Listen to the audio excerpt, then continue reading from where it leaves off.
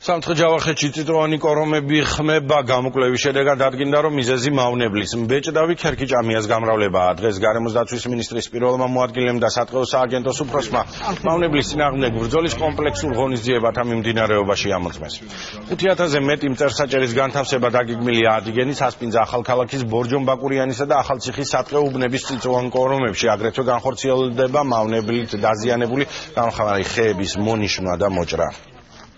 ფერომონების მოქმედების პრინციპია ეს მოწყობილობა, რომელიც მამრი მწერების მიზიდვას ახდენს და დაჭერას. ჩვენმა სააგენტომ შეიძინა 5168 ფერომონების მოწყობილობა და ვარაუდობთ, რომ ეს რაოდენობა გადაარჩენს 250,000 ძირ წიწვოვან ხეს.